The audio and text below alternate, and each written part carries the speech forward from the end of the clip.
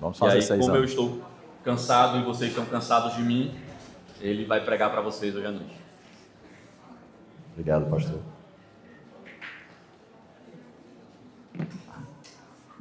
Amém. Paz e graça, meus irmãos. Muito boa noite. Tem gente aí mesmo? Fiquei com medo agora. Paz e graça, meus irmãos. Boa noite. Boa noite. Chegaram. Deu todo mundo na mesma topic, pastor. Queridos, primeiro deixa eu agradecer, desde o momento que cheguei aqui, a recepção, pastor, a família. Tivemos um churrasco ontem, carioca. Ô, glória. Quero agradecer demais à igreja. Eu sempre que prego a primeira vez na igreja, eu sempre digo, né? Já eram meus irmãos, eu apenas não os conhecia, né? Já estávamos todos unidos pelo sangue de Cristo, então é muito bom dar rostos a essa igreja que eu já conheço há algum tempo, Denilson, que eu acredito que aqui vocês conhecem como Denis, né? Ele tem um amor especial por essa igreja, ele faz questão de divulgar esse amor que ele tem. Nós trabalhamos juntos na Secretaria de Saúde do Estado do Ceará. Lá nós temos inclusive um grupo de oração que Denilson às vezes está à frente, também é uma bênção. O pastor já me qualificou aqui, mas vou colocar mais um ponto como motivo de oração para os irmãos, né? A igreja de Acarape, quando ela surgiu por um pedido dos próprios alunos da universidade. Lá nós temos a Unilab, né? Muitos dos irmãos que estão lá vêm do continente africano, inclusive o irmão amado, esse é meu filho, está lá atrás, o José, depois você dá um abraço nele lá. Há um tempo atrás, muitos desses alunos que vinham do continente africano, eles eram convidados a rever a questão, porque a gente tem a impressão que as religiões de matriz africana têm o seu nascedouro lá, né? Mas muitos delas, na verdade, eles conhecem aqui. Então, o que é chamado de religião de matriz africana, na verdade, é um conglomerado, uma reunião de vários aspectos religiosos que são apresentados a ele aqui. Então, há um tempo atrás, eles eram convidados por um grupo dentro da universidade para rever a sua fé, porque a religião cristã é a religião do opressor, né? É a religião... Olha aí que coisa maravilhosa. Tenho certeza que já vem vento já. Eles eram convidados a rever a sua fé, né? A religião cristã é a religião do opressor. Então, existia durante muito tempo, hoje, graças a Deus, nós temos uma maior tranquilidade, mas durante muito tempo houve esse convite a desistir da religião cristã e rever a religião com essas ditas religiões de matriz africana. Então, nós tivemos a honra de receber muitos irmãos e de lá saíram muitos evangelistas, graças a Deus. É uma honra. Espero que em breve, quem sabe, se estiver passando por lá, é aqui pertinho, deve ser umas 3 horas de viagem, dá uma passada lá, o pastor com certeza já foi intimado, daqui a um tempo estará conosco lá, se Deus assim permitir. Amém, queridos? Dito isso, eu queria muito convidá-los para irmos a uma passagem que muito me emocionou. Lá nós estudamos livros, né? Acredito que aqui também é assim, né, pastor? E nós estamos no livro, nós juntamos o livro de Lucas Atos, né? É o mesmo autor, nós terminamos o Evangelho de Lucas e entramos no livro de Atos. E o livro de Atos me fez estudar um herói da fé que muito mudou, inclusive, o meu pensamento sobre cristianismo. E eu queria convidar vocês a se emocionar comigo na vida de Estevão. Então, vou pedir que você abra no final do capítulo 7 de Atos dos Apóstolos, que tem esse nome, né? Atos dos Apóstolos, mas eu chamaria de Atos do Espírito Santo, né? Porque você nem vai ver muito dos Atos dos Apóstolos, mas você vai ver a continuidade do ministério de Jesus agora, através do Espírito Santo agindo na sua igreja. Então, deixa eu lhe convidar para abrir no livro de Atos, capítulo 7. Nós vamos pegar o final do capítulo 7, que vai do verso 51 até o 60. Mas aí nós vamos combinar assim, né? Eu vou fazer uma introdução maior para nos colocar na mesma página aqui no que está acontecendo em Lucas Atos, e depois nós vamos tratar verso a verso aqui, mas eu queria me demorar mais com os irmãos nas aplicações que Estevão trouxe para a minha vida como cristão, alguns aspectos que Estevão me mostrou de como é que a gente deve caminhar nessa vida quando nós, vou colocar dessa forma para ficar mais fácil, decidimos, ou Deus nos coloca nesse caminhar de parecermos mais com Cristo. Eu vou lhe dizer por que foi que eu me encantei tanto com Estevão. Toda vida que eu me coloco para estudar o que vai ser pregado, né, no final de semana na igreja, eu leio e costumo ver tudo que tem na internet, e aí os irmãos até me condenam às vezes, porque eu vejo o que presta e o que não presta, né? Eu vejo o que bons teólogos falam e o que os maus teólogos falam, e muitas vezes textos alheios que falam sobre o personagem que nós vamos estudar no final de semana. E aí eu vi um rapaz bem jovem, devia ter uns 25 anos, ele ateu, pastor, e ele queria provar a falibilidade bíblica a partir dos últimos dizeres de Estevão. Se você for lá para o verso 60, você vai ver que Estevão, enquanto é apedrejado, ele fala algo muito parecido com o que Jesus disse. Ele pede para que Deus não culpe aqueles homens pelo ato translocado que eles estão cometendo naquele momento. E aí esse rapaz dizia, está vendo como esse texto é mentiroso? O homem está repetindo a mesma coisa que Jesus disse na cruz. Claramente, isso é só o texto sendo montado para que você pense, para que você crie essa fantasia de que os discípulos de Jesus vão se tornar parecidos com ele. E ele fundamentava a descrença dele dizendo, o texto é falso, como se tivesse faltado, sei lá, texto para Lucas, e aí ele pegou o que Jesus disse e jogou para Estevão. Falta de criatividade. Foi por causa desse dizer que eu me aprofundei em Estevão, e Estevão mudou muito do meu pensamento, e eu queria dividir isso com os irmãos. Pode ser assim? Amém? Amém. Então vamos orar, e aí a gente começa a caminhar com Estevão. O pastor disse que hoje nós vamos até meia-noite, é isso? Jamais. Não, jamais. Alguém me falou vigília alto quando eu estava chegando, eu pensei que era verdade, estou brincando. Vai dar tudo certo. Oremos. Senhor Deus e Pai, obrigado por me trazer à tua casa, obrigado por me apresentar a esses teus filhos, obrigado pela oportunidade que nós temos, a liberdade que temos de abrir a tua palavra, de falar das tuas coisas, obrigado pela vida de Estevão, obrigado pelo que nós vamos aprender com ele, já aprendemos com ele. Nos torna, Pai, enquanto tratamos das tuas coisas mais parecidas com o teu filho, isso foi nos dado como missão, sermos discípulos de Cristo, e cabe sim aos discípulos tentarem parecer cada vez mais com o Mestre. Então, Senhor, toma a frente, que o teu Espírito fale ao teu povo. O vaso que está à frente é extremamente frágil, de mim não tenho nada para dividir com os meus irmãos, mas se for o Senhor a falar através do teu Espírito, então sairemos daqui todos edificados, e que ao final seja como deve ser, o nome do pregador esquecido, o teu nome engrandecido para todo sempre, em nome de Cristo Jesus. Amém. Então, queridos, vamos fazer assim, vamos ler o texto, certo? Nós nos propomos hoje, a gente faz uma introdução um pouquinho maior, para nos colocarmos no mesmo quadro, e aí a gente parte para um verso a verso, e a gente vai discutindo rapidamente os versos, para nos concentrarmos mais nas aplicações para a vida. Amém? Diz assim a palavra do Senhor em Atos dos Apóstolos, capítulo 7, a partir do verso 51. Eu estou usando a NVI, mas vou usar outras traduções aqui na hora das aplicações. Povo rebelde e obstinado, de coração e de ouvidos, vocês são iguais aos seus antepassados, sempre resistiram ao Espírito Santo. Qual dos profetas os seus antepassados não perseguiram? Eles mataram aqueles que prediziam a vinda do justo, de quem agora vocês se tornaram, traidores e assassinos.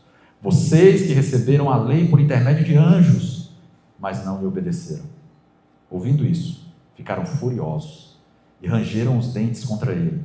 Mas Estevão, cheio do Espírito Santo, levantou os olhos para o céu, viu a glória de Deus e Jesus em pé, à direita de Deus, e disse: vejo os céus abertos e o Filho do Homem em pé à direita de Deus.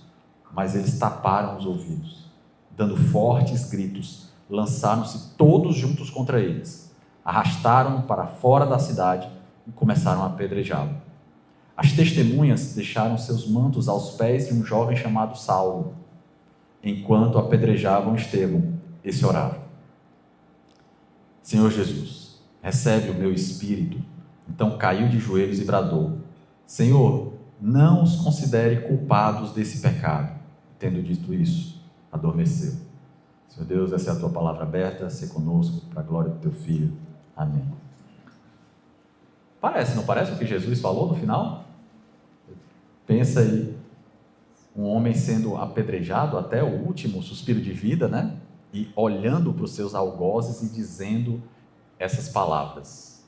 Você imagina que o texto nos prepara para isso quando diz que esse homem é cheio do Espírito Santo, né? Mas deixa eu fazer uma introdução rápida com vocês. O capítulo 7 todo é o mais longo sermão do livro de Atos.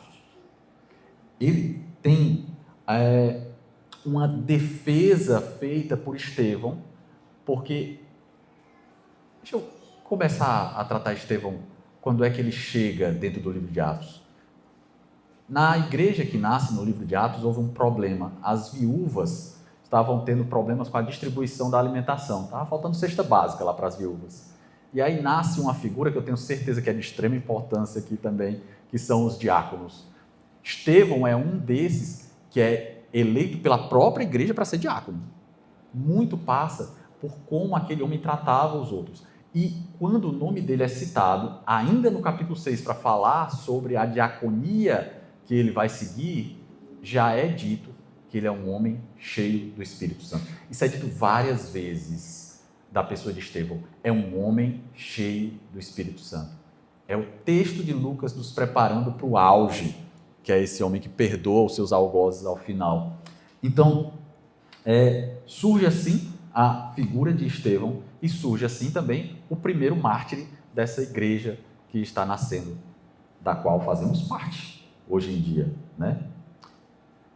O ponto de Estevão, que é extremamente interessante, é que, embora ele tenha entrado na figura da igreja que nasce como um diácono, ele é um exímio pregador do Evangelho. Ele é um pregador dos feitos de Jesus, ele é notável pela forma como ele prega, ele é reconhecido por isso, algo de muito extraordinário acontece enquanto ele prega, são vistos sinais. Estevão, então, é acusado por causa da sua pregação. Imagine, se o ateu lá, né, o rapaz lá ateu, disse que ele parecia com Jesus por causa das palavras que ele disse ao morrer, imagine se ele souber que Estevão, se ele soubesse, né, que Estevão vai ao Sinédrio ser julgado pelos mesmos crimes que levaram Jesus à crucificação. Os mesmos crimes. Ele estava sendo acusado, inclusive com o uso de testemunhas falsas, 2 testemunhas falsas, sendo acusado pela religiosidade posta à época de ser blasfemo contra Moisés, contra a lei e contra o templo. Parece com que Jesus estava sendo acusado também? Olha aí. Então, Estevão parece com Jesus, inclusive, na sua acusação. E deixa eu dizer, fora da igreja, o meu trabalho comum é o trabalho de advogado, né? Então, do trabalho que eu tenho durante a semana são criar teses de defesa, né? E aí você imagina a forma como Estevão usa do tempo que ele teria, do tempo que ele tem para se defender dessas acusações. Ele resolve fazer um histórico do povo de Israel, usando o Pentateuco, todo o Antigo Testamento, indo até o livro de Juízes e mostrando para aquela religiosidade que está condenando ele, como eles esqueceram da forma que deveriam caminhar com Deus no decorrer da sua história. Israel, queridos, eles começaram a virar um povo extremamente religioso e a religiosidade deles começou a se ligar em coisas. Sabe por que eles diziam que eram o povo de Deus? Porque era um povo eleito, porque eles tinham um templo e porque eles tinham a lei. Tudo isso verdade, certo? Tudo isso verdadeiro. Mas eles começaram a colocar o poder que deveria ser sempre posto na glória de Deus, no que Deus tinha dado a eles como simbologia. Eles começaram a achar mesmo que Deus habitava no templo e que eles tinham Deus preso em caixas. eles começaram a achar que eles eram o povo da aliança. Então, o sonho do povo oprimido é se tornar o povo opressor. Israel seria a nação sobre as nações. Deus colocaria eles sobre as outras nações. Eles começam a se perder. Para você ter ideia, muito da liderança religiosa do tempo ficou tão pavônica. Pavônica é conhecido? Pavão mesmo. Se mostrando. Amostrado é mais cearense? Ficou tão amostrado que existia uma cultura na época que aqueles que não trabalhavam sentados, trabalhavam em pé, quando eles passassem com aquela roupa bonita, né? Que os religiosos eram conhecidos, eles tinham que baixar a cabeça. Forma de reverência. A Deus? Não, aos religiosos. Tenho certeza que vocês fazem isso pelo seu pastor, né? Quando ele vai passando, todo mundo baixa. Desculpa, perdoe-me. Eu não me aguento. Mas foi nisso que se tornou a fé desse povo. Um povo religioso. Cria naquilo que foi dado por cultura, mas foi perdendo a fé durante o caminhar. E Estevão vai mostrar isso a eles, contando a própria história deles. Essa não é a tese de defesa mais maravilhosa do mundo? Quando você conta toda a história que foi perdida por causa da religiosidade. Estevão diz, olha, na defesa dele, e deixa eu contar logo um spoiler grande aqui, né? Se Jesus foi condenado e morto pelas mesmas teses que levaram Estevão a ser levado ao Sinédrio, o que vocês acham que vai acontecer com ele no final? Vai ser morto, não vai? Você acha que Estevão sabe disso? Estevão sabe disso. Então, a minha tese é sempre que Estevão é o grande carimbo de Deus para que Israel, de uma vez por todas, visse o quanto se afastou da fé no Deus de Israel. Estevão é esse grande carimbo. E aí você imagina que a tinta do carimbo é a tinta de sangue, que mostra aquele povo o quanto eles se distanciaram do Deus que eles diziam adorar, do Deus que tantas vezes os tirou do cativeiro. E Estevão começa assim, ele vai ao Sinédrio e ele começa a contar toda a história de Israel. Queridos, a defesa de Estevão é um grande histórico, ele começa a percorrer, ele vai lá para Abraão, Gênesis, começa a falar de Abraão, depois ele vai para José, passa por Moisés, vai ao tabernáculo, ele conta toda a história de Israel. E ele, durante a sua defesa, aqui é um resumão, né? Durante a sua defesa, ele mostra como esse povo se perdeu na sua religiosidade. Ele diz, olha, vocês estão centrando a fé de vocês em sou povo de Deus e nós temos o templo. Templo do Senhor, povo de Deus. Vocês estão firmando a fé de vocês nisso. Mas eles não entenderam que Deus não estava preso naquele lugar. Estevão usa, inclusive, um texto de Isaías, deixa eu ver se eu acho aqui, Isaías 66, verso 1 e 2, que diz exatamente isso: o céu é o meu trono, a terra é o estrado sobre os meus pés, que espécie de casa vocês me edificarão, diz o Senhor. Isaías já dizia, Deus não está preso no templo. Olhe para Moisés e eles diziam, olha, nós somos o povo do Senhor. Olha o que aconteceu com Moisés, olha o que aconteceu com José. José é preparado em toda a sabedoria de um povo ímpio. Vocês concordam com isso? Vocês lembram quando é que José foi? Começa com E, termina com Egito. Lembra disso? Pegaram? Ele foi para o Egito. Vocês conhecem as pirâmides? Imagina a arquitetônica, o conhecimento que José adquiriu durante o tempo com aquele povo ímpio. Deus usava, inclusive, povo ímpio. E aí você imagina, para um povo cheio de si, quando Estevão se coloca à frente daquela religiosidade, diz, olha, vocês se colocam como povo de Deus, mas Deus usou, inclusive, ímpios, para que o seu plano eterno fosse completado. E ele diz mais, e talvez tenha sido isso que mais doeu na religiosidade do tempo. Existe algo no direito que a gente chama de modus operandi. Modus operandi é uma forma que se repete com, vamos supor, um assassino, né? Ele usa sempre do mesmo modo quando ele vai fazer o seu malgrado. E Estevão chega para aquele povo e diz: olha, vocês têm um modus operandi, vocês matam todos os que são mensageiros do Senhor. É o modus operandi de Israel, matam todos os mensageiros. Você imagina o povo tão santo, tão cheio de si, escutando essas coisas? E ele termina o texto ainda dizendo: vocês estão tão distantes do Senhor que mataram o justo. Quem é o justo? Jesus. Então, o auge do distanciamento desse povo com o Deus deles é: vocês mataram o filho do Deus que vocês dizem adorar. Vocês acham que eles receberam bem isso? Para mim, Estevão está fazendo na sua defesa uma grande pregação expositiva, que é o que eu mais gosto, né? Essa pregação expositiva que falou sobre toda a história do texto. E esses versículos que nós escutamos, a leitura há pouco, eles são a aplicação da pregação expositiva / defesa de Estevão. Ele conta toda a história de Israel, diz que Deus chamou Abraão, preservou José, levantou Moisés, guiou Israel, e nada disso acontece porque eles são merecedores, mas porque Deus assim o quis, e Estevão argumenta isso. E agora ele para de contar a história, e aí nós vamos para os versos que nós nos colocamos como aqueles que iremos estudar hoje à noite, que são as aplicações da história que Estevão acabou de contar. Tranquilo? Isso foi a introdução da forma mais rápida que eu consegui na história. Certo? Espero que estejamos no mesmo prazo. Resumo da ópera.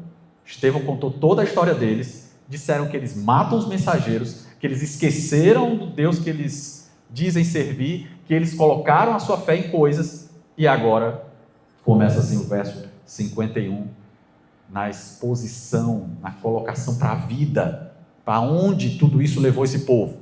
O verso 51 diz assim: a NVI diz: povo rebelde, obstinado de coração e de ouvidos. Mas eu gosto muito de outra tradução que diz: homens de dura cerviz e incircuncisos. Meu irmão, você lembra qual é a marca firmada na carne do povo que mostrava que eles faziam parte do Israel de Deus? Um negócio chamado circuncisão. Vocês lembram disso? O pastor lembra, só aí. Vocês lembram disso? Era a marca naquele povo. E agora Estevão olha para o povo e chama eles de incircuncisos. Meu irmão, isso é fortíssimo. A expressão, primeiro, para a gente voltar um pouquinho, dura cerviz, você imagina aquele objeto que é usado para que os animais rebeldes aceitem o jugo, né? Vão para onde o operador dos animais manda que eles vão. E Estevão está dizendo: vocês não estão indo para onde Deus está mandando ir. Dura cerviz. Deus manda para a direita, eles vão para a esquerda. É uma acusação gravíssima, porque depois ele vai dizer: olha, vocês são incircuncisos.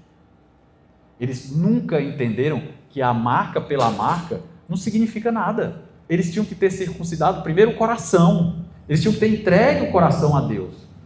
E Estevão está dizendo isso: olha, desde Moisés, Deus exige muito mais do que marca física. Vocês lembram a proximidade que Moisés tinha de Deus? Vocês lembram como Moisés se achegava ao Senhor? Vocês lembram que o povo tinha medo e mandava que Moisés fosse? Nunca a marca externa, sem transformação interna, teve valor. Vou fazer uma aplicação aqui, tem nada a ver com a aliança, nada de certo, é só uma aplicação. Antes da hora, né? Vai ter um monte de aplicação antes, uma aplicação antes da hora. Eu vim de uma igreja onde se dizia que durante o batismo você se convertia. O batismo era o grande sinal da conversão. Com o passar do tempo, eu entendi que eu só batizo convertidos. Eles não se convertem por causa do batismo. O batismo é o grande sinal de que Deus já operou no coração daqueles indivíduos e que eles estão tão felizes que eles querem testemunhar publicamente o que o Espírito já fez no coração deles. Então, todo mundo que se batiza já está convertido, já é convertido. É uma demonstração pública de fé. O povo de Israel esqueceu disso. Ele começou a circuncisar as crianças no a granel, porque tinha que ser, porque fazia parte da história, porque era cultura, mas eles esqueceram o que é que aquilo significava. O que é que significa ser povo de Deus? É dizer, eu vou ficar fazendo aplicações para o tempo de agora e vocês me perdoem, certo? Eu tenho essas loucuras na minha cabeça. Mas você imagina vir no culto domingo após domingo, domingo após domingo, e durante a semana ser tal e qual qualquer outro ímpio. Tal e qual. Eu disse que o pior adjetivo que o crente pode ter é quando você chega no trabalho. Eu já escutei isso, viu? Estou falando porque eu já escutei isso. Já olharam para mim e disseram assim, mas tu é tão legal, nem parece que é crente. Essa é a pior coisa que pode se dizer para um crente. Crente 007, né? Ninguém sabe que é crente. Ninguém, é a pior. Porque nós deveríamos ser, e eu escutei aqui, o texto foi aberto para dizer que nós deveríamos ser sal e luz. Não é assim? Então as pessoas deveriam enxergar a luz de Cristo em nós. Nós não deveríamos ser fingidos de mundo e fingidos de cristãos no domingo. Eu sempre digo, a verdadeira comunhão com Cristo vai se mostrar na segunda-feira. Porque no domingo nós temos o clima da igreja, nós temos os louvores belíssimos, por sinal. O guitarrista, então, toca demais. Eu fico fazendo esse negócio e me perco. Todo o clima colabora para que nós nos acheguemos ao Espírito. Mas na segunda-feira, no seu dia comum de trabalho, quando o seu chefe estiver pegando no pé, quando você tiver toda a raiva do mundo daquele teu colega de trabalho que... E aí? É aí que você vai ter que mostrar os frutos do Espírito. É aí que você vai mostrar que verdadeiramente o Espírito Santo fez algo no teu coração. Lembra da história do menino que disse que o pai era ótimo dentro da igreja e queria que o pai morasse na igreja, porque dentro de casa era um marido horrível, um pai terrível? É a segunda-feira que vai mostrar o que o Espírito Santo verdadeiramente fez na nossa vida. Estou tirando a importância da igreja? Não, vem para a igreja, viu? Mas você venha para a igreja, saindo daqui, seja igreja. Tranquilo? Vamos juntos? Vamos lá. Não me deixe parar não, porque senão vamos para meia-noite mesmo. Eu estou de olho ali, eu sei que eu tenho que terminar até 8h15. Vai dar tudo certo. Verso 52. Qual dos profetas os seus antepassados não perseguiram? Eles mataram aqueles que prediziam a vida do justo, de quem agora vocês se tornaram traidores e assassinos. É uma acusação histórica. Israel sempre teve esse modus operandi, perseguir os enviados de Deus. E se eu citar alguns para vocês, vocês lembram de Jeremias? Jeremias foi rejeitado. Micaías foi preso, Zacarias foi assassinado. É assim que o povo de Israel tratava os mensageiros de Deus. Os profetas que anunciavam a vinda do justo. E quando esse verdadeiramente veio, ele foi condenado por uma mentira, morto pelos nossos pecados. O justo morreu por causa dessa religiosidade que contaminou Israel. Claro que ele morreu pelos nossos pecados, aqui no termo do tribunal do acontecimento, né? Então, Estevão está deixando bem claro, quando ele usa a palavra justo, que ele está falando de Jesus. E isso deixava a religiosidade do seu tempo com muita raiva. Eles não criam que Jesus é o Messias. Imagine dizer que eles tinham matado o Filho de Deus, o Messias esperado. Israel nunca esperou o que recebeu. O Messias que eles esperavam era muito mais um líder político, alguém que tornaria Israel grande. E eles recebem o Filho de Deus, receberam muito mais do que esperavam e não souberam tratar o que receberam. Então, o clímax da rebelião daquele povo para com Deus é essa crucificação do Filho do homem. Verso 53, vamos correr um pouquinho agora. Quero ficar um tempo a mais com vocês quando a gente chegar lá nas aplicações.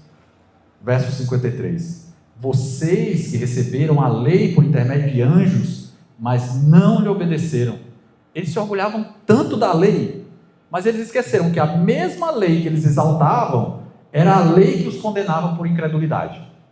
Era a mesma lei. A lei era para eles benéfica enquanto possuidores da revelação divina, mas eles esqueceram de que o próprio Deus condenava por incredulidade, e era o que aquele povo estava experimentando. Deixa eu colocar outra aplicação. Nós vamos assim hoje, meu povo. Possuir conhecimento religioso não produz salvação. Tem gente, e eu não estou dizendo que você não deve conhecer, todos nós, Paulo vai deixar bem claro que tem uma hora que você tem que parar de comer aquela comidinha, né? Pegar um negócio mais grosso para comer. Mas o meu ponto é, tem gente que acha que Deus pode ser colocado num beaker de ensaio, né? Aquele pote posto do laboratório, e ser visto como simples objeto de estudo. É o Deus Todo-Poderoso de Israel. Ele é o Salvador das nossas almas. Não adianta conhecer apenas Jesus. Nós precisamos viver aquele a quem nós dizemos que entregamos a nossa vida. Você tem vários ímpios extremamente educados que leram o Evangelho. Você tem até, eu esqueci o nome daquele filósofo. Sempre esqueci o nome dele. O carnal é muito carnal. Tem um que é menos. Pondé, quem foi? Depois você fica te devendo um livro, certo? 2027 você me cobra. Pondé é um cara extremamente bem colocado quando fala do Evangelho. Ele diz, inclusive, eu vi uma das apresentações dele no YouTube, em que ele dizia, olha, se eu criar a minha família da forma que o Evangelho diz, eu tenho certeza que eu vou ter uma família feliz. Mas ele não entregou a vida a Jesus. Jesus não perguntou, mas que pegue ainda assim, né? Eu me converti com 35 anos. O avô da minha esposa se converteu com 70. Quem sabe? Quando Deus pega e traz para si. Mas nós vamos falar de perseverança lá no final. Não quero me chegar nisso. Mas a salvação, nós sabemos, ela vem pela fé em Cristo Jesus e nada mais. Israel tinha esquecido do seu Deus para colocar a sua fé em coisas. Verso 54 diz assim, ouvindo isso, e eu quero que você tenha essa imagem na cabeça quando a gente começar a ler isso. Os religiosos de Israel não são aqueles doidinhos metidos a sabidão, não são. São homens extremamente estudados. Eles sabem da Torá. Eles estudaram o Pentateuco com extremo afinco, extremo afinco. É assim que eles vão se revelar quando a verdade é colocada à frente. Verso 54. Ouvindo isso, ficaram furiosos e rangiam os dentes contra ele. Vou já chegar nesse ranger de dentes. Mas olha a resposta às verdades expostas por Estevão. Estevão expôs só verdades.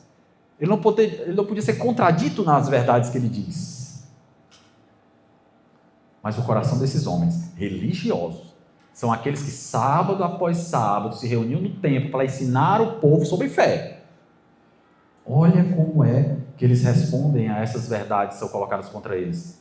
Eles rangem os dentes. A verdade, ela costuma produzir dois efeitos. Pode ver. Quando a verdade é jogada em alguém que não quer ouvi-la, ela costuma ter dois efeitos. Ou arrependimento ou endurecimento. No caso desses religiosos, o coração foi extremamente endurecido, a ponto deles rangerem os dentes. Aqui você pode fazer várias interpretações desse ranger de dentes, né? Ódio extremo, raiva extrema. Mas eu vi um teólogo que falou algo que me tornou... Eu não consigo ver mais esse texto de outra forma.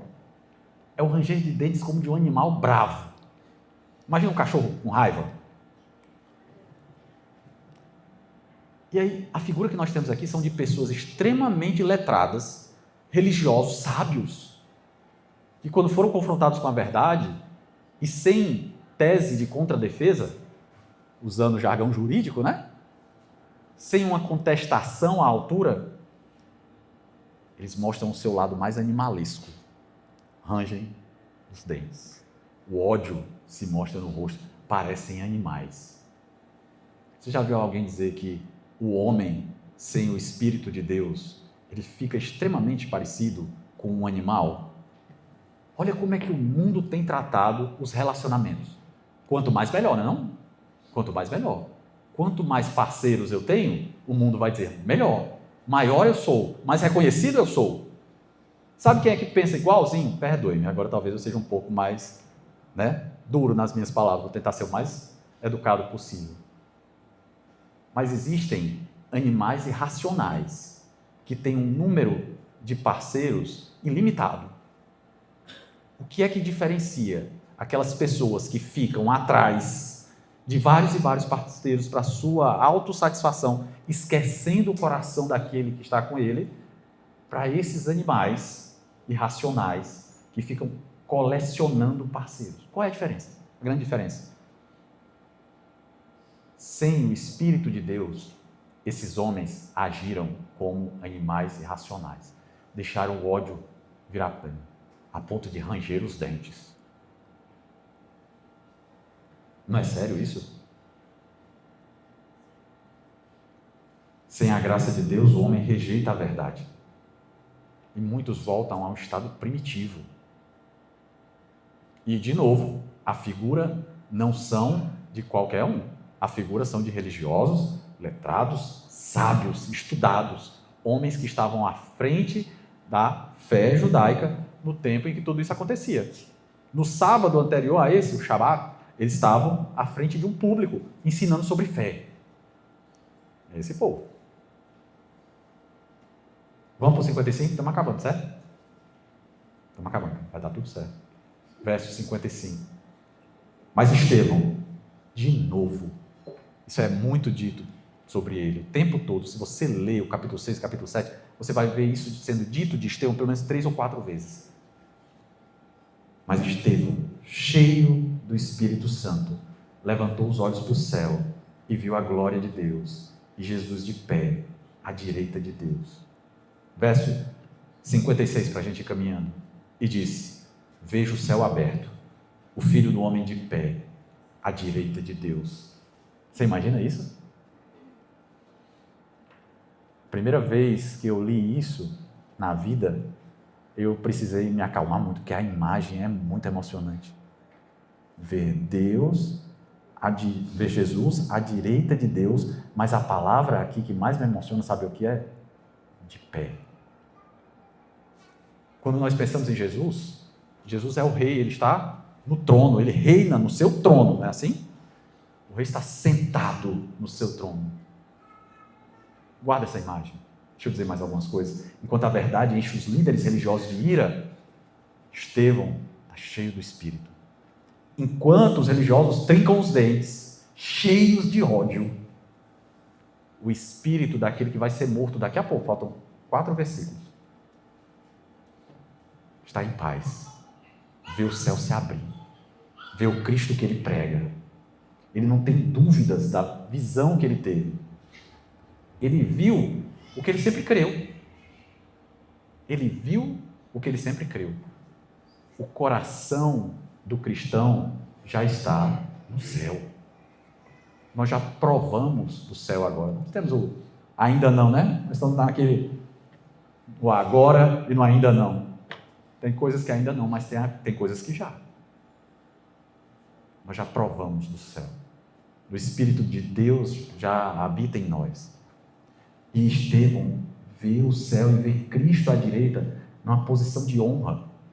A posição, essa colocação à direita é a forma de honrar aquele que se coloca ali, né?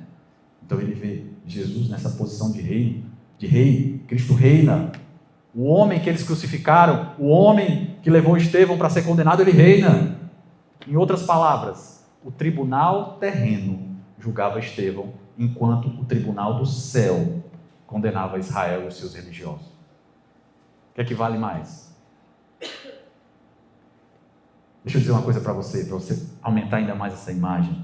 Essa é a única vez em Atos que Jesus aparece em pé. E aqui, meu irmão, eu quero convidar para se emocionar comigo.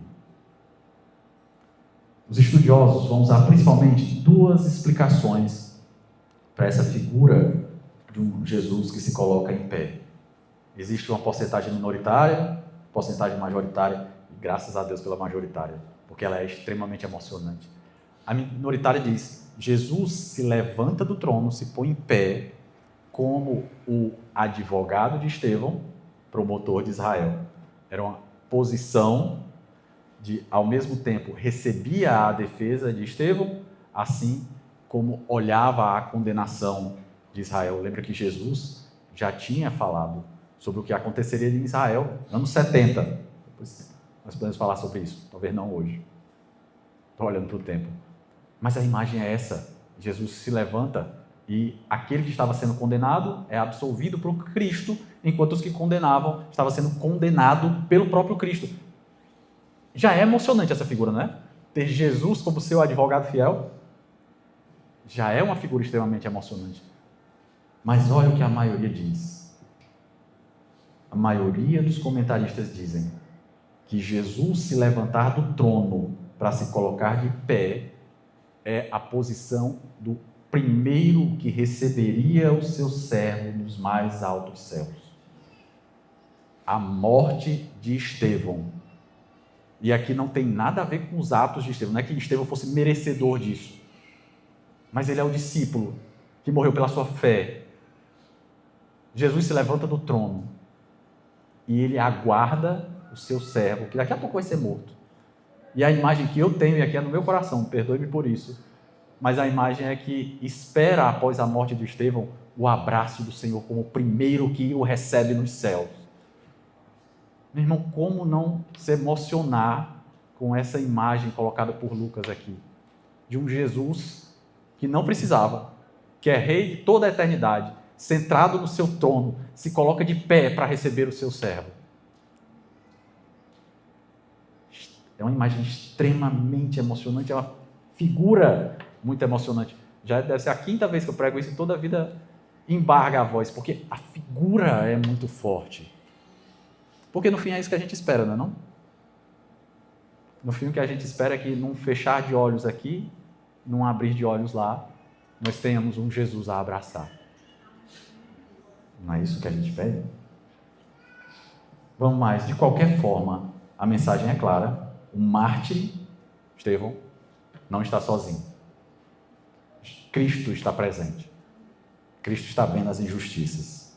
E Cristo vai receber o seu discípulo. Vamos ler do 57 até o 60 para terminar.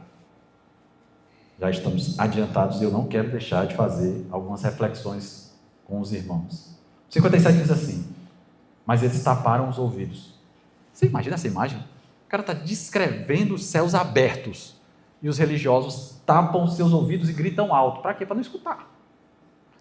A imagem é essa: tapam os seus ouvidos, gritando bem alto, lançaram-se todos juntos contra ele. Todos vão em cima de Estevão. Toda a religiosidade. Eram os homens santos, viu? Era aquele que o povo ficava em pé, baixava a cabeça, ensinava a religiosidade todo sábado, dentro do templo, que era a casa de Deus. Esse povo, como animais, vão para cima de Estevão. Verso 58, arrastam-no para fora da cidade. Começaram a apedrejá-los. Deixa eu parar aqui só para dizer uma coisa. Você lembra que na crucificação de Jesus foi necessária a participação de Roma? Lembra? O que se dizia é que uma vez povo cativo de Roma, os religiosos de Israel, eles não teriam força política para a pena capital, a pena de morte. Precisariam de autorização de Roma. Mas Estevão maltratou tanto o coração desse povo que eles simplesmente esqueceram disso. Eles agiram verdadeiramente como animais. Pegaram Estevão, levaram para fora da cidade. Terminando o versículo 58. Os testemunhas deixaram seus mantos aos pés de um jovem chamado Saulo. Conhecido? Conhecido? Saulo que virou Paulo. Será que é isso? Será que Saulo virou Paulo? Denilson vem me cobrando isso desde? Só digo quando chegar a hora. Enquanto apedrejavam Estevão, esse orava. Enquanto apedrejavam Estevão, esse orava: Senhor Jesus, recebe o meu espírito. Hora nenhuma ele usa de palavras para descrever os seus algozes. Você nota isso? Ele não está chamando eles de injustos. Ele não está clamando pela própria vida. Ele está entregando o espírito a Jesus. Verso 59, quando apedrejavam Estevão, ele orava: Senhor Jesus, recebe o meu espírito. Verso 60, caiu de joelhos e bradou: Senhor, não os considere culpados desse pecado. Dizendo isso, adormeceu. Parece com Jesus mesmo, não parece? Nos últimos respiros de vida, Estevão pede para que o Senhor tenha misericórdia daqueles que estavam matando apedrejado. Você imagina como é que uma pessoa morre apedrejada, recebendo pedra na cabeça? Você imaginou? Essa imagem não saía de mim enquanto eu estudava. É uma morte absurdamente dolorosa. Absurdamente dolorosa. A verdade, ela não foi refutada em momento nenhum. Só encontrou o ódio dos opositores de Estevão. Eles pensavam que calariam a verdade, matando o propagador da verdade. Mas a igreja tem disso, né? A igreja cresce sobre o sangue dos seus mártires. E esse é o primeiro mártir da igreja. E a igreja se fortalece nisso. E mais, é uma prova de que Estevão estava certo, né? Eles cumpriram o que Estevão dizia. O padrão é de que os profetas e mensageiros são rejeitados. O pregador é perseguido e morto. Continua o mesmo padrão. No meio desse martírio, nós vemos uma figura que vai ficar extremamente conhecida. Sei que aqui o pastor está pegando 1 Coríntios, né? Então, o autor desse livro está aqui no meio, vendo tudo isso. E eu, antes de começar as aplicações, queria só colocar esse ponto. Saulo está vendo tudo isso acontecer. E ele acha que existe lógica no que está acontecendo. Mas esse mesmo Saulo vai ser poderosamente usado por Deus como apóstolo dos gentios. Lembra? A gente está falando de Israel. Paulo vai levar a verdade do evangelho para os gentios como nenhum outro. Deus tem seus planos. Às vezes cobra o sangue dos seus mártires. Mas nada sai do controle dos planos do nosso Deus. Isso é para nos trazer tranquilidade. Não parece que está tudo errado? Estevão só pregou verdades. Ele só falou a verdade. Ele mostrou para Israel os seus erros. Os religiosos podiam dizer, realmente, vamos nos arrepender. Mas eles só odiaram a verdade.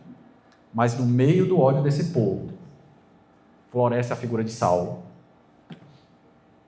E esse vai ser usado poderosamente por Deus para levar o seu evangelho.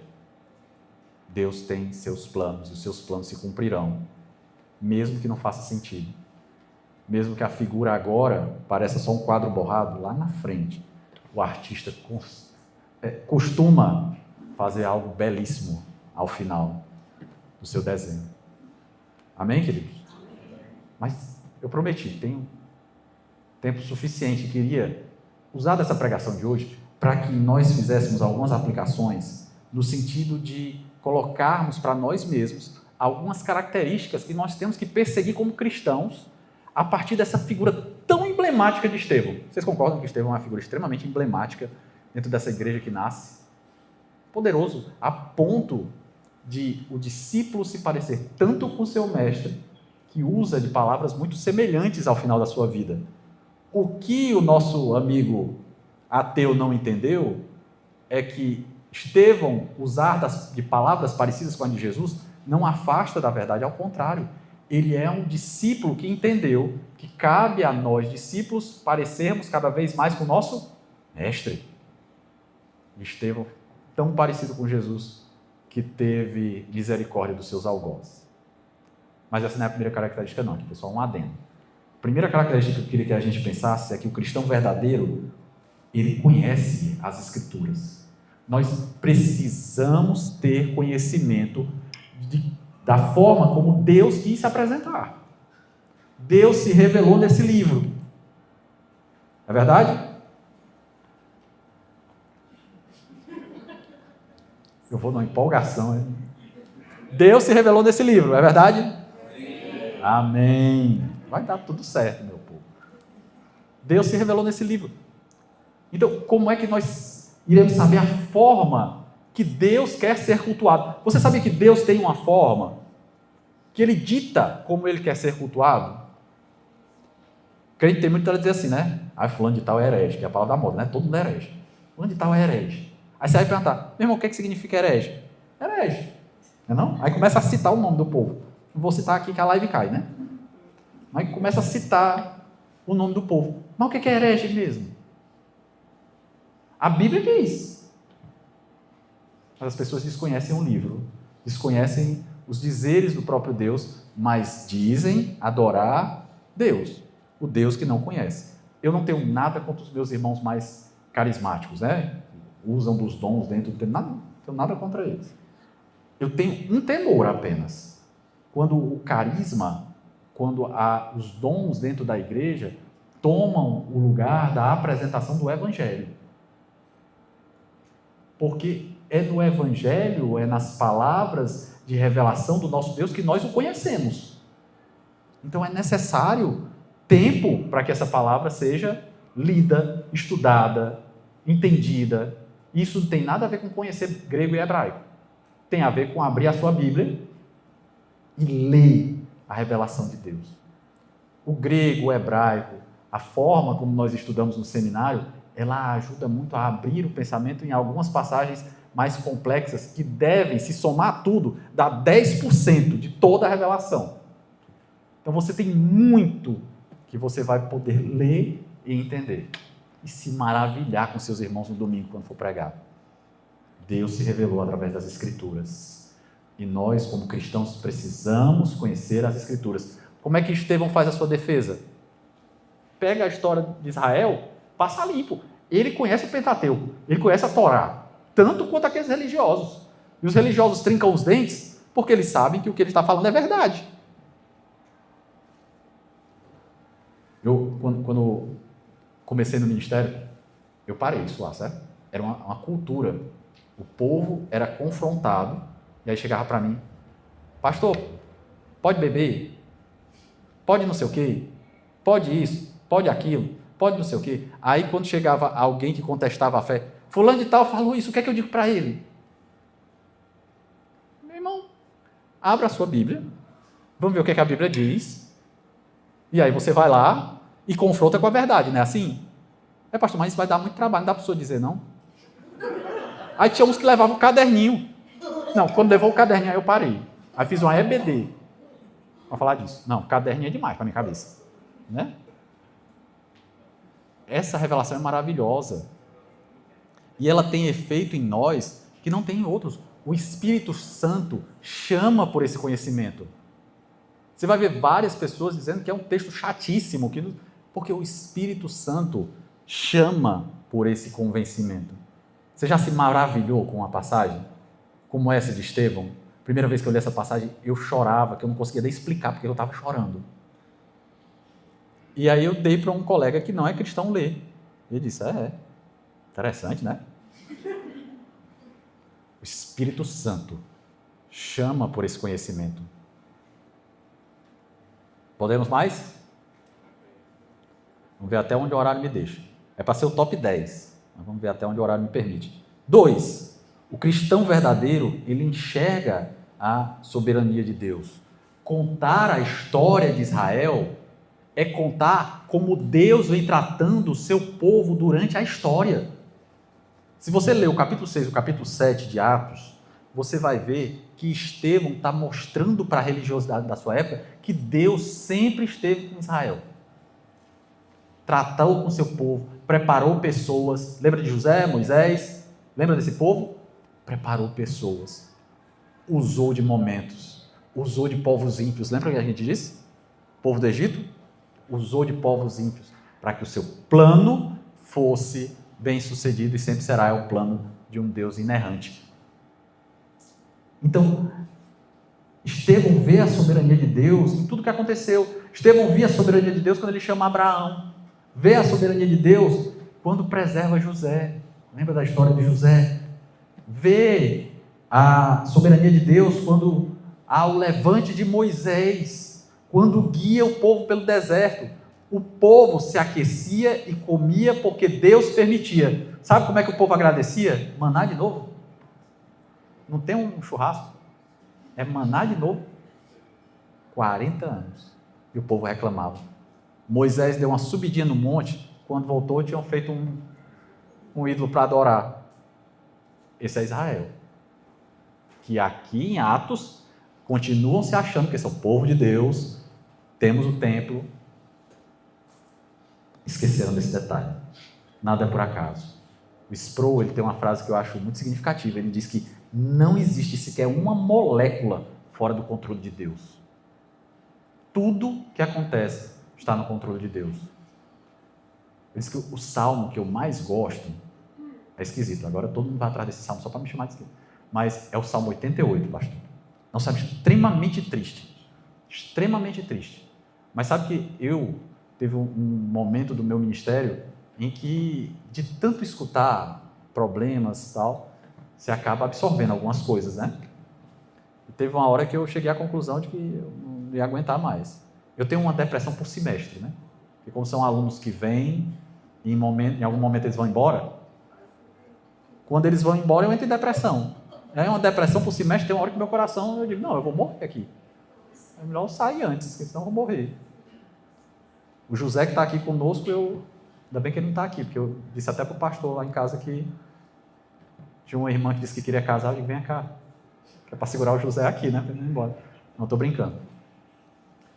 Mas, quando você olha para Estevão, você consegue dizer que Deus não estava no controle de tudo que aconteceu? O nome de Saulo passa de relance, né? Nos versículos que nós lemos aqui. Mas estava no controle e nos planos de Deus que um homem justo morresse para que a sua igreja florescesse. É difícil escutar isso, né? Que Deus usa da dor, usa dos problemas. Mas no Salmo 88, o que mais me chamou a atenção, e eu devo muito da força que é adquirida essa depressão semestral ao Salmo 88, é que o salmista, ele não fala de esperança em momento nenhum do Salmo. Nenhum do Salmo. O Salmo termina com ele dizendo que a companhia dele são dores.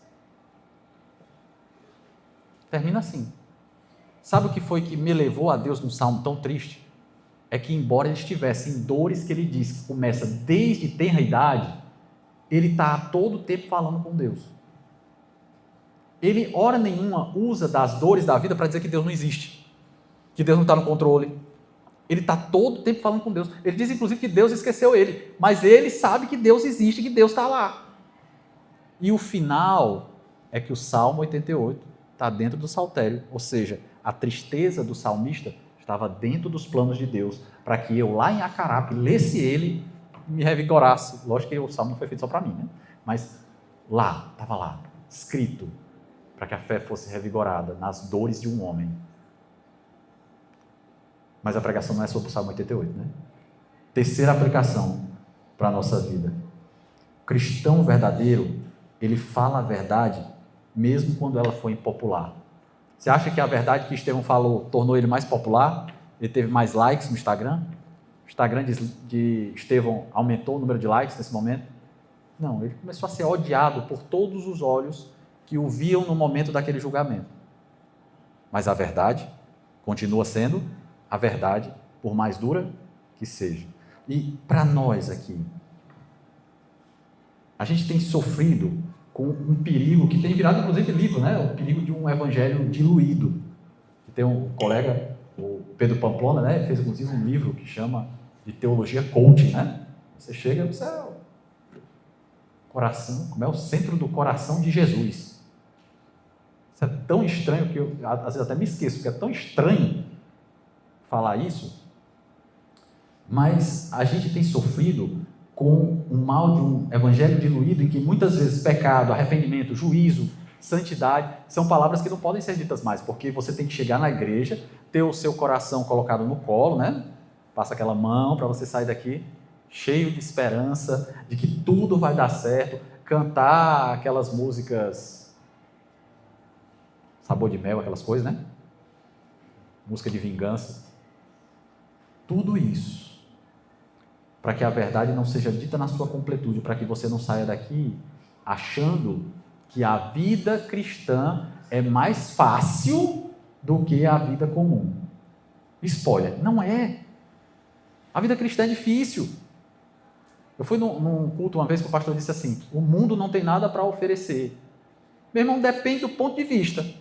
Depende do ponto de vista. Para nós, realmente não tem nada para oferecer. Mas você vai dizer que o mundo não tem as suas delícias? Tem, você vai ter que abrir mão. por amor a Jesus. Mas se você ama verdadeiramente Jesus, então perder essas coisas não vai ter peso. Mas o mundo tem os seus atrativos. Claro que tem. E você vai ter que lutar contra eles. Porque ama a Cristo.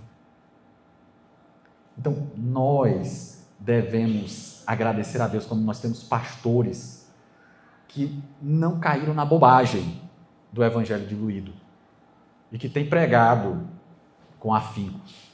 Quando eu soube que o que estava sendo pregado aqui é 1 Coríntios, eu disse, não tem dúvida. 1 Coríntios é lapada do começo ao fim. Então, existe amor na verdade.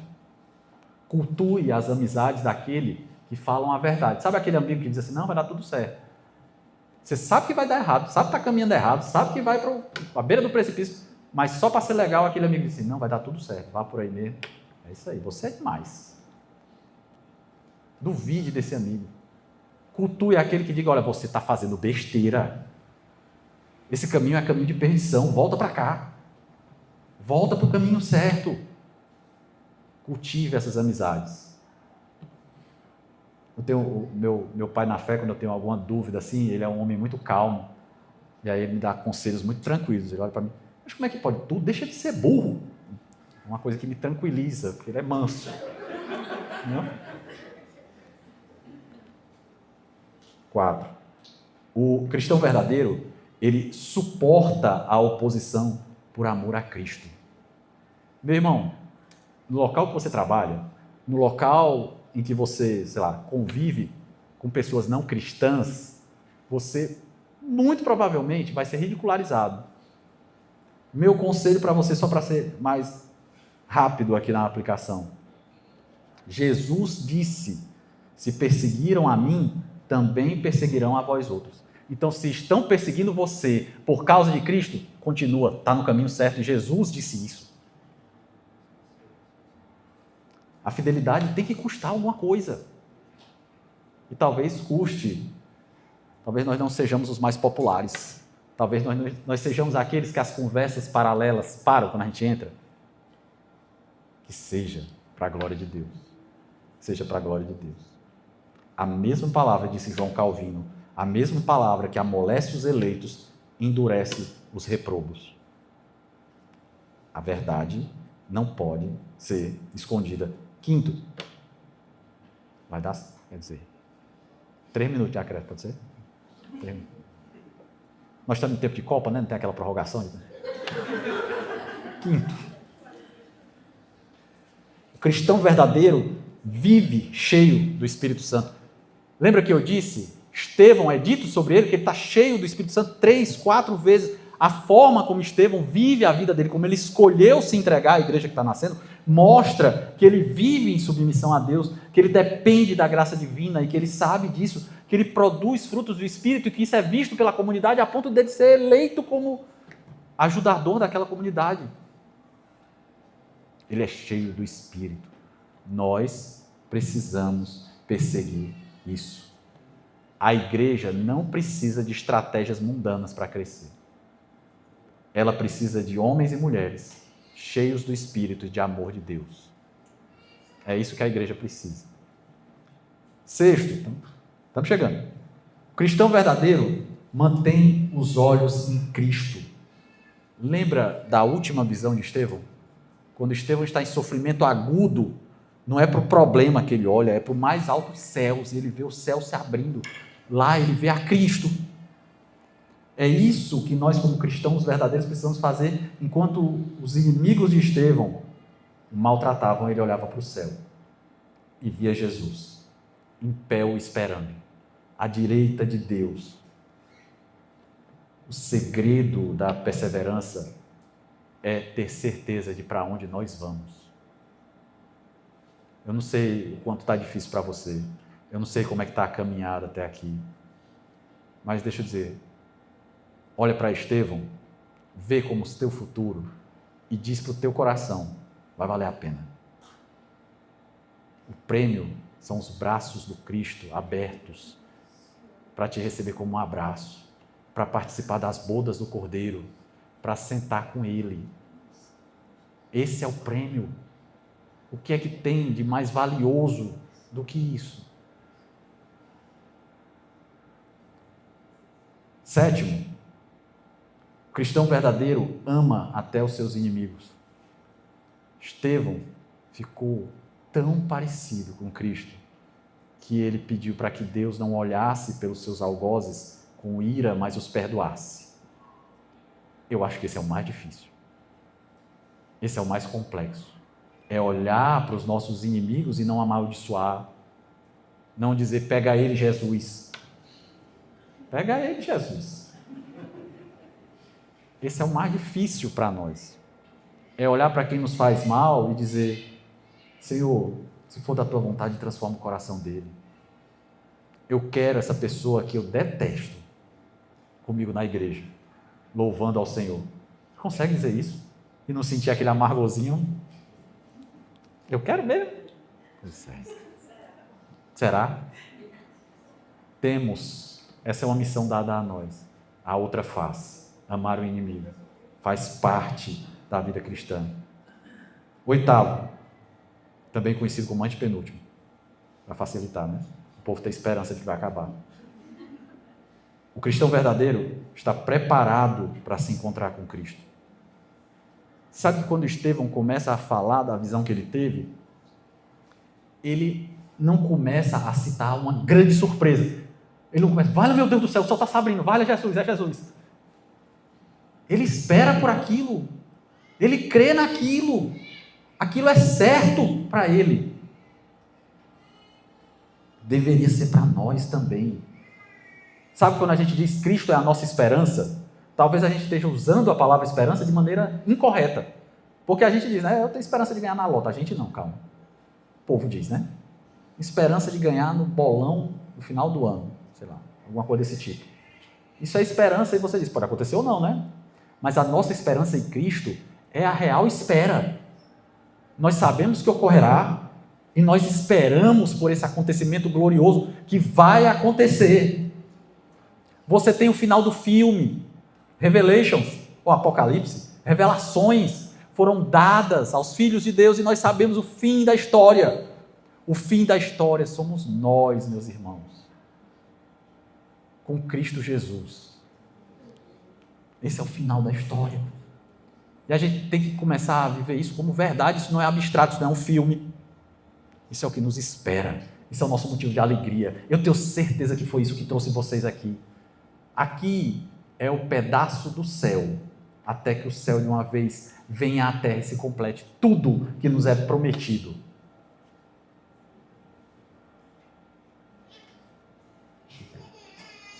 Por fim, só tinha 9, eu botei 10, botei só 9. Para você ver.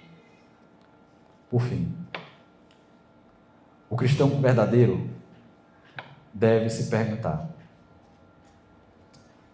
estamos preparados para encontrar o Senhor?